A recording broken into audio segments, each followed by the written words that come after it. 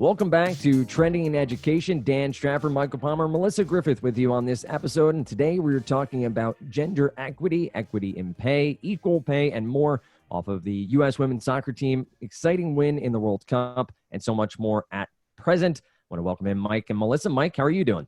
I'm doing well. I'm happy to be talking about this topic. And I'm going to try not to mansplain into it. I'm going to give Melissa the floor a little bit to introduce the topic, but it's not a topic that's just relevant to women. It's a topic that's relevant to all of us, and that was one of the things that was pretty inspiring about the U.S. women's soccer team is that it seemed to capture the national attention, the global attention, really, not as women's sports, but as sport. And then even some of the issues around equity are not just about equity for women. They're more just about equity issues in general. So it's very zeitgeisty. And happy to have Melissa on the show to help us explore this. Zeitgeist appears early on this episode. Glad to have Zeitgeisty in the works. Melissa, how are you doing? First, I may need a definition later on zeitgeisty, but I may not be paying attention a lot. But happy to be back here again on Trending in Education. Excited to talk about this topic. It's a topic that I'm passionate about. I am no expert. I don't think just being a woman makes me an expert, but I do have a lot of opinions on it. And I think the best thing we can do here is just keep a conversation going between men, women, and everyone in companies in the workplace about it. Yeah, and you may not be an expert, but you have read some stuff, right? So you're not completely unprepared for this conversation. I am not completely unprepared. I do topics I do tend to do research. Yeah, which is expertise. Haven't you guys covered this before? It takes 10,000 hours of training to become an expert. Yeah, I haven't done 10,000 hours of training yet. A little bit of deliberate practice never hurt anybody, for sure. As we dive in, talking about the women's national team for U.S. soccer, really has kickstarted this conversation on a national, and Mike said on a global level. They went on to win the Women's World Cup and is now, last saw Melissa, I believe in mediation. We're talking about this before recording, but still some details to hammer out exactly how this moves forward. From your perspective, what has the women's team brought to the forefront? What discussion points do you think they open up around pay equity and equality when it comes to pay? I mean, I'm glad they brought it up. I don't think the women's soccer team should have had to bring it up, but I'm very happy it's there. I think what's interesting to me is that in this case, among so many others that we see, that the women's team in their sport relative to the U.S. team at this present moment in time, they're so overwhelmingly better than the men's team, right? And so to have that as the backdrop for this conversation is very interesting. Because I think when I was doing a lot of the reading on this topic, the U.S. women's team right now, I think for winning the World Cup, they're going to get paid $250,000. If the men won the U.S. World Cup, they would be paid $1 million. There's something clearly outbalanced in that situation. So I've heard a lot of arguments around the place that men, the women right now are being paid just as much as men, but they're being paid just as much as men because they're winning. Whereas the men are not even qualifying for the latest World Cup. Mm-hmm. Right. On a per player basis or per game basis, the women are making much less, but they are seemingly on average making the same because the men are not playing nearly as many games or in as big tournaments as the men. Probably as the discussion goes on, pay equity versus equal pay is also an interesting distinction to hammer out as we talk through it. But Mike, from your perspective, talking about sport and sports and what this women's team brought to the forefront, it's a discussion we've had off air and around pay equity. We've discussed it with Melissa. What do you think it did to energize this discussion, to make it zeitgeisty, to make it part of the national discussion around how this topic should really play? Sure. And zeitgeist is the spirit of the times. Just to define the word, it's a German word, I believe. So I think Zeit means spirit and Geist means times. That's the nice thing about German etymology is it's usually a lot of things conjuncted together. And then if you know what those things mean, that's what the word means. So zeitgeist and zeitgeisty means like a zeitgeist. So, and I say it a lot on the show, but what I found really fascinating, and I was reflecting on a little bit more, is that Typically, when the U.S. team does well, the fans chant USA, USA. And in this context, when the women's team was getting close to victory, the chant in France was equal pay, equal pay. And that to me is indicative of a sea change. Like people were thinking differently.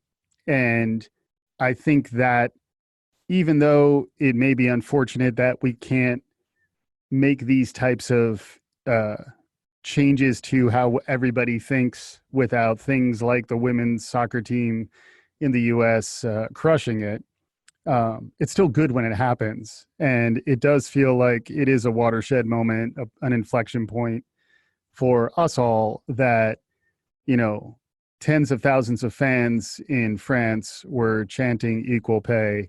And then when the ticker tape parade happened, it wasn't just a side point that Megan Rapinoe and the team were making around pay equity. It was really, in some ways, what the team was rallying around. It was even a motivator for them, as far as I could tell. I think those kinds of things are the type of thing that we want to pay attention to on this show. So, like, what's the trend? And by the time something like this resonates to that point, it's something that we all should be talking about. And then as like a learning and education show, you know, are there teachable moments coming out of this? Like, what can we learn from this example? Because I think, you know, I would echo Melissa's thinking on this too, in that it's not really just about pay equity for the U.S. women's soccer team. I mean, that's great. If they get it, wonderful.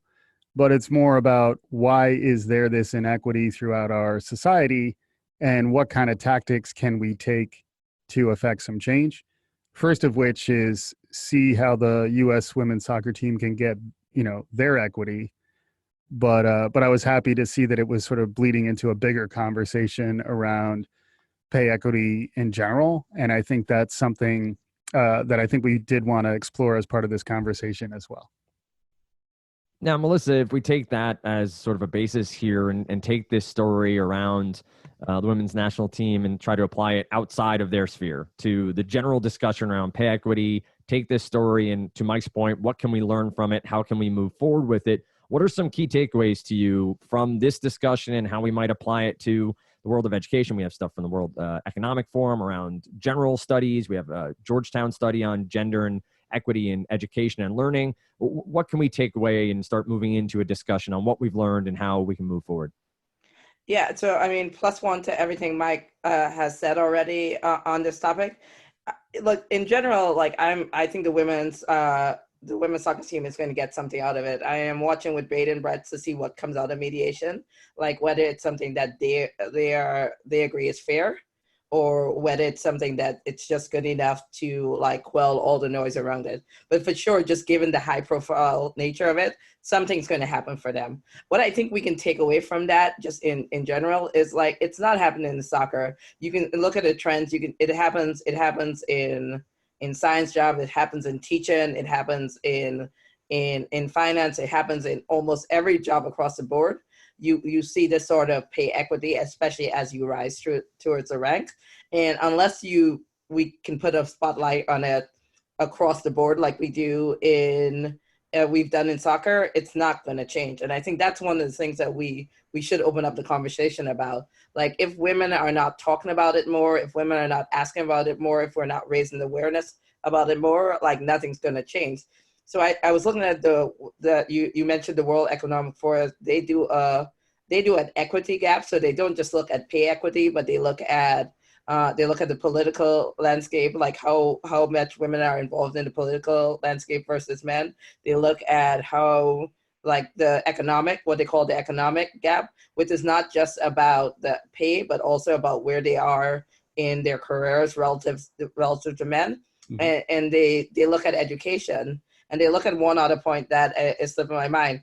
But the point of view is education. There are 95, like on the 2018 study, there are 95% in education. So the gap has almost closed in education. Women are as educated as men. So that's not causing the challenge. But when you look at the like economic forum, they're at 56% or somewhere around that level. They are in it, which means that there's so many women there that are not making the amount of money, are not hitting the same milestones in their career as men. And then on the political landscape, which I think is something worth noting because I think it's driving it, they're at 22%, right? And so that in itself is saying that, one, the people who are making laws to make it better are not even women. And then the companies who are doing it, the women are not there. So like, I think women have done a lot of what they can do and get into the same education level, but now we need to do a lot more. And like, that's why the conversation has to open up to men, to companies, to politicians. Like, this is a conversation that everyone needs to help solve. Yeah. And just to kind of build on that, I saw today that the last, I think it was Fortune 500 companies, boards have included women on their board. So like there's slow progress in this space. You know, traditionally a lot of the boards of directors of big companies were almost exclusively male. That's part of why, the Fearless Girl statue was a big zeitgeisty thing in down by Wall Street a few years ago. So we are seeing some preliminary progress there, but I think it's more to your point, Melissa. It's more systemic. So like, the risk is that you make a little bit of progress in one place or another, and then you kind of ease up. And I think when you really dig further into the data, you start to understand that these gaps are still very wide. Even though in some places we're making progress, there's still so much work left to be done. I think it's easy to, take a win, do a victory lap, and then move on to the next topic that bubbles up. And I think to actually win this game, it's going to have to be a longer fight. And then I think education does play a huge role in it. And how do you talk to girls about their career aspirations? And there was a lot of stuff in the World Economic Forum and elsewhere around the types of career tracks that women take versus men. There's been some movement there, but there's still a significant gap where the more highly paid professions are still more predominantly male. So like that's an area to address. And then I also think, interestingly, like the ability to negotiate effectively. Melissa, I know that's something you have experience in and you've learned about, but that is it is interesting to me that the reason why this is bubbling up to the level that it is that the U.S. women's soccer team has so much leverage now, and they have an opportunity to assert that leverage and negotiate with an angle. And in many ways, that's something that, at least historically, women haven't felt they had permission to do that. So, I know you studied negotiation, when you're getting your MBA. Any thoughts on that? Just like how, in a lot of ways, there is education that needs to reach girls and women around being effective negotiators that will start to sort of break down some of these gaps. Yeah. So, I mean, I will add one more like data point to this, right? So in a field like teaching, which we think is predominantly women in general right now, studies have shown that the pay gap still exists there. And what they have seen, right, in some studies is that on entrance, women get paid like $42,000 as a starting teacher versus men getting paid $45,000. Right. So even in a field that's already predominantly women, you still see it. And so one of the things, and like it's correlation, causation, like people are pointing to is exactly the point you're saying. Like women do not tend to negotiate their salaries on the way in as men typically do. So the advice I always give women, yes, I did study negotiations. I was very lucky when I went to business school that it is something that not only we study in class negotiations, but they give us a lot of coaching on how you ask for a salary, what you ask for a salary, what are the types of conversations you should have. So I know it. So I've gotten a lot of experience in that field. And what I encourage women to do is, one, there is virtually very little downside to asking for a pay increase to get an information. And if you want to feel more comfortable with what you're doing, a lot of the questions you should be asking of your friends or your colleagues, do your research. Know that my starting salary as a teacher should be $45,000, or know my starting salary as a consultant should be $130,000, or whatever the going rate for a consultant is right now. Know that information going in. And if that's not what you got, ask a lot of questions about why it isn't and what reason it isn't, and ask a lot of questions up front before you take the job about what it is that, like, what is the merit cycle look like? What does the promotion cycle look like? What does bonuses look like? And if you can't give me X in salary, can I get a sign-in bonus, right? Because there are so many different points that men ask for more money than that women just never choose to do. And in all my research and in all the people I've coached around this, I've never had one person go back and say, yeah, they said they're going to rescind the job. The most they can do is say that, we're not comfortable paying that, or we're not going to pay that, and here's X, Y, and Z reason. But what you've done is put a company on notice that, like, you understand how much you're worth, and you want to understand what it takes to be successful in an organization, which is the way I frame every conversation. This is not necessarily about my salary and what my potential future salary is. It's about what does it actually take to be successful in this company, and the salary is a proxy for that success. Yeah. Yeah, no, a lot of value in that advice, and interestingly, even though we don't want to diminish the gaps around pay equity between genders, but that same coaching is relevant to men too. So, like, there are, I think there's a larger segment of men who know how to negotiate when they come into a job.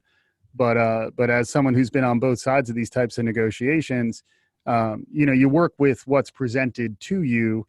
And a lot of these tactics are not, only relevant to women, they're relevant to men as well. So, like, I do think there is an element of raising awareness and addressing these inequities that is specifically about women. But I think some of the tactics around being an effective negotiator, being an assertive candidate, it's not something that's really formally taught. Like, if you're fortunate enough to have a coach or a mentor, someone like yourself, Melissa, who's sort of like looking out for you, maybe you get it from a parent, maybe you get it from, an ally, but it does feel like those are things that are surprisingly absent from traditional educational contexts. You get a little more of it around business school, but I'm always struck by how siloed these educational opportunities are for folks who maybe you're lucky enough to pursue an MBA. So, like, you take a class in negotiation, or maybe you're a self-starter and you say, I want to take some courses in this, or I want to find them in online. But I do think there's just a lack of awareness. We've talked about, when we were talking about, digital readiness and Coursera's Global Skills Index, same thing. Like, people don't always know, where do I find these resources? What are the things that are actually going to make an impact to my life? I think it's most relevant to women, but I think it's also just hugely relevant to people. And then it's also interesting if you do cut it by socioeconomic status or race or other cuts. The access tends to go to folks who have privilege, and those are the folks who come in, with that sense of entitlement, that sense of assertiveness in a negotiation. But I think there's a big opportunity for learning companies, for educators, for advocates to really open up that knowledge. And that's something that hopefully, if you're a listener to this show and you're someone who has access, to young minds or people who are trying to rise in their careers, take some time to coach, take some time to advocate for others. Melissa, I know you've done that a lot. How does that relate to this? Like, is this something that more of us need to be activated against, like finding folks who kind of need that push and help them get a little bit further in their lives? Yeah, I mean, so I started coaching very early on because when I started learning information and realizing how much I did not know, just from not even just my background. Like I grew up in the Caribbean. It is not typically something we talk about in the Caribbean is how to find a job, how to ask for salaries. It's just not a conversation we have. So when I started learning more about this, I felt it was my duty to go back and tell people everything I learned, because we're talking a lot about pay and how you ask for salaries and negotiation, but it goes a lot to even like your interviewing process. Like in Chicago, I used to talk to the inner city schools in Chicago and children who were graduated from high school going into college, and even the way you apply to college and you do that interview and understanding what you can and cannot say in an interview, those things like set you on a path of like where you will not, like your pay equity will not be the same, whether you're a minority like or a person of color or like a poor, coming from a poor community. If you don't have someone giving you this advice, you for sure are not starting on an even foot. So yeah, it's part of why I continue to have the conversations. Part of why I think people get sick of me talking about this and saying you got to ask more, and you got to ask a lot more questions. And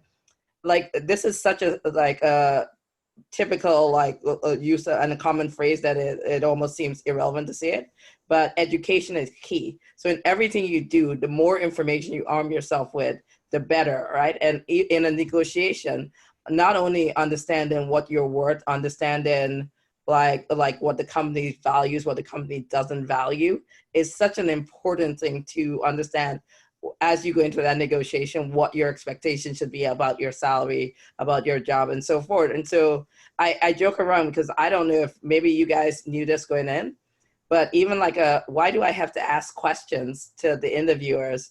Like they're interviewing me, they should tell me if they want me for the job. Why do I have to ask questions, right? That is the mentality I had when I was younger, right? But those questions, the questions that you ask an interviewer, forget that they just expect you to do it. Those questions that you ask them give you enough information to then go into a conversation with them about, I get that this is what they value and this is what I value, and coming up with a reasonable expectation for your salary. And that's the reason you do it. Yeah. Well, and even building on that point, hiring managers live in the same world that the rest of us do as well. So they are understanding, they may even be under pressure to make hires that are against the patterns that they've been sort of executing against throughout their careers. So like a lot of the bias on the hiring side is unconscious. Like they're used to hiring people who look like them, think like them, come from backgrounds that are similar to theirs.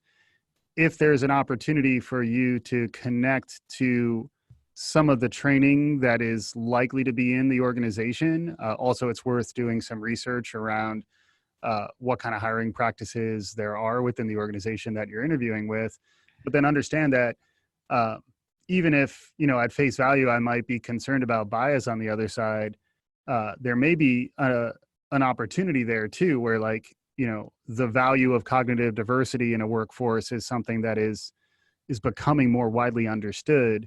So the idea that, if you're a woman, maybe a woman of color who's trying to get a job in financial services, for example, you really are an asset. Like you're an asset in ways you may not have realized if traditionally that organization doesn't really have people who think like you. A lot of the prevailing research around diversity and inclusion is that it's not just the right thing to do from like a moral standpoint. It's actually the right thing to do in terms of making better decisions and understanding untapped market opportunities. So, in some ways, you have an opportunity to present with strength in ways that wasn't really there historically. Like, I do think, I mentioned the whole watershed inflection point. It does feel like the world is changing. Obviously, there are folks who are, rebelling against this maybe rising wave, but you may not want to get hired by those people anyway. But I mean, when I'm not saying you're interviewing right now, I don't want to get the people you work for concerned. But when you're interviewing, Melissa, like, how do you think about things like this? Like, how do you think about like, one of the aspects of negotiation that I've gotten better at over the years is understanding what it must feel like to be on the other side of the table. Any thoughts on that? Like, how that might relate to anything we were just talking about? So, I mean, one, I haven't interviewed in a very long time. I'm very happy with my current job, and I am not looking. Yeah. But because my memory goes back far, when I am interviewing, right? Yeah, I mean, like, one, I typically sit on the other side right now. I do a lot of interviews to hire people. Mm-hmm. And the thing I think is very important that I try to do on my side, like when I'm hiring right now, that I think if candidates also try to do a lot more on their side, it would be helpful in terms of that. It's like we all come from diverse backgrounds, right? And we should absolutely promote that, understand that, and it's really helpful in organizations. And yes, there's a ton of research that we wouldn't even get into now that shows how diversity improves just the bottom line of companies, just the employee engagement and everything else. But the other thing I always try to point out to people is, like, there's almost always common ground between humans that you can find. And you should always look for that with your interviewees. So I think I throw a lot of candidates off because one of the last questions I always ask them is what do you do for fun? Right? Because there's a very good chance that what you are doing in your personal life is very similar to what I'm doing in my personal life, or someone else on my team is doing in my personal life. And I do it. So I had the last candidate tell me that they're an avid snowboarder, right? And snowboarding is something that I got into very late in life, but I really enjoy talking about it because I think I should be a better snowboarder, given that I used to skateboard. But that is building, like, I got into a 10-minute conversation with a candidate where I got them to relax about that, right? And I think that's important, right? Because if you have in an interview, right, what you're looking for, at least what I'm looking for as an interviewer is two things. Can they do the job? And do I actually want to work with this person? And to do the job is the skill set and the education and everything else. And I look for the diversity of thought in that element. But do I want to work for them? I'm looking for somebody that I can have a conversation about snowboarding or running or PlayStation or something else. And so you can always find those areas, and you should always be looking for that when you ask those type of questions. As Melissa, we talked through this about the individual hiring manager, what they can do and how we can better understand them. You talked a little bit about the corporation or the sort of the larger entity. What can they be doing better in this gender equity, this gender gap idea, and how can we better serve each other with maybe what the businesses can provide to us information-wise, honesty-wise, transparency-wise? What do you think they can provide to help this conversation move forward? So there's an interesting thing. So we've talked a lot about the hiring process and when we hire, bringing people in on equal footing. I think there's a lot that's happening within the company once you're there. The unconscious bias that Mike talked about like, oh, I just relate to this person better. So like naturally, I think even though the skill level may be comparable, I think Mike should be promoted over Melissa. Like those things I think happen unconsciously. And so one of the things I do believe that we should be doing more as a company, as if men in the organization, women in the organization, the company and board, is making sure we have very fair standards and known standards for why someone is going to be promoted versus not, right? And it doesn't have to be as formal as like we have this performance review and we fill out these forms, but as a manager, all right, in an organization, regardless of what the entire company has like standards around it, you should set, before you start evaluating your employees, you should set, look, these are the skill sets that I believe that I am looking for in this level versus the next level, and know them before you even start the conversations with your employees, because you want to be able to point back to, I am going to promote person X because he is really good at communications and his skill set is on par, his technical skill set is on par with what I pre-established before. Because personality for sure will play an important role, like play an unconscious role in your promotion a bias if you don't have your standards set. And that is something that even like take it out from like this pay equity and fairness for a while. In negotiations, right? We like in the negotiation class, we always talk about buying a house, right? And the one thing they tell you to do is before you go in and look at any house, you say, I need that house to have 4 rooms. I need it to be here. I need it to be in this area. I need it to have 2 bathrooms. Because if you don't set the standards, when you go into that house, something is going to trigger you that's going to either I like it or I don't like it. And when you're comparing, you're going to be going off of this gut feeling and you're going to make a choice that is probably not rational, and you're going to fall in love with the house and pay a premium for something that you just think you like rather than what you want. No, and so I think that's the same that happens when you're like actually interviewing employees and evaluating employees. If you don't have clear standards in your mind about why you're doing it, then you're going to make poor choices in doing it.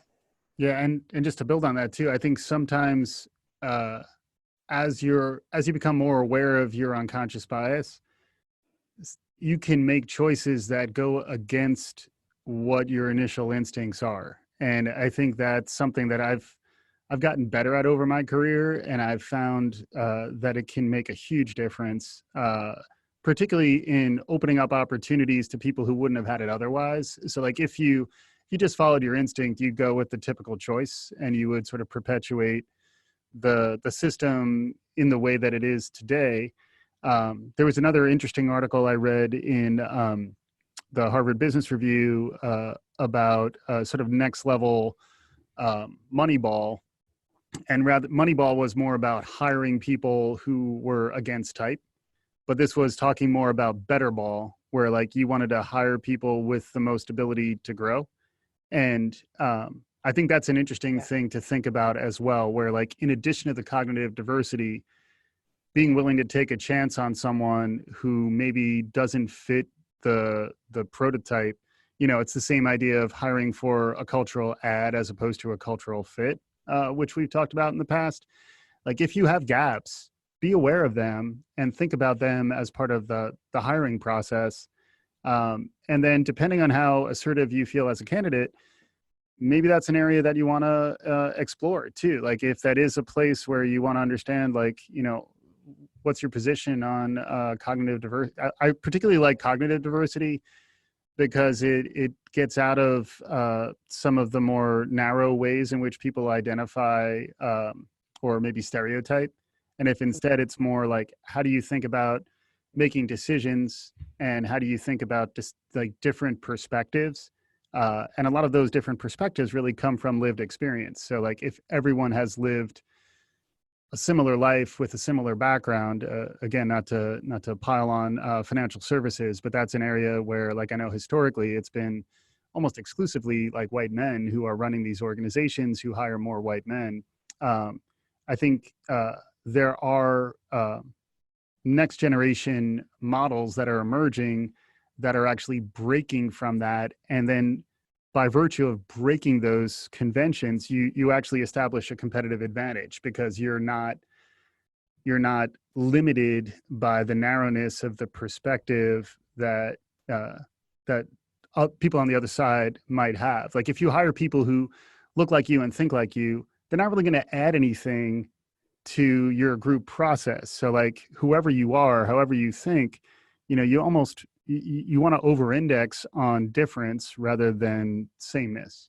Yeah. Plus one, and I'll add one more thing to this whole mix, right? As a company, I think to combat the unconscious biases that we have, let's start looking at facts and data. So one of the interesting things people always talk about is, and again, it's not the same in every company, is whether women, when they take leaves for childbirth and come back, does that have a impact on the salary? And I'm not sure if it does in every company, but it's a very easy thing to see, right? If you look at women, look at their salary trajectory in your organization, before and after, like you're going to start to see the trends, right? And there's so much data that we collect on our employees that we should be able to start to know this information and start to use it to help like eliminate some of the unconscious biases we have in our organization.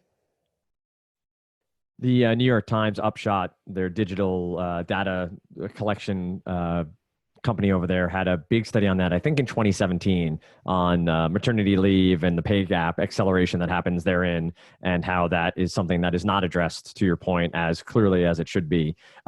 Great discussion. Melissa, I don't know if you have any final closing thoughts or maybe jumping off points, more discussions that can come around this topic and similar topics, but I'll give it to you first, and then Mike, any closing thoughts you have around pay equity, the women's national team, and how this topic may round out in the future?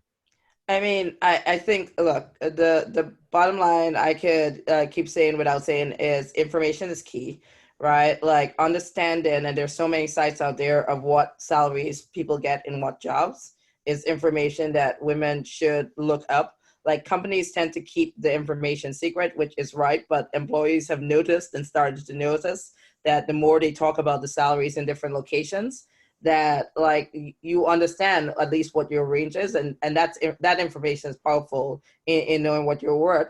Asking questions and being very purposeful about your career, right? Don't just assume that because like you're doing an excellent job that someone else is going to notice. Make sure you're advocating for yourself or having others advocate for you. Mike, any closing thoughts? Just kind of building on that idea too, I would say the idea of being an ally and an advocate for others, and sort of being able to empathize as someone who may have, through no fault of your own, you may have benefited from your position or your gender or your background. Be open to finding folks to mentor who are maybe different from you, and obviously if you are if you index differently, then I'm speaking as a white man to white men.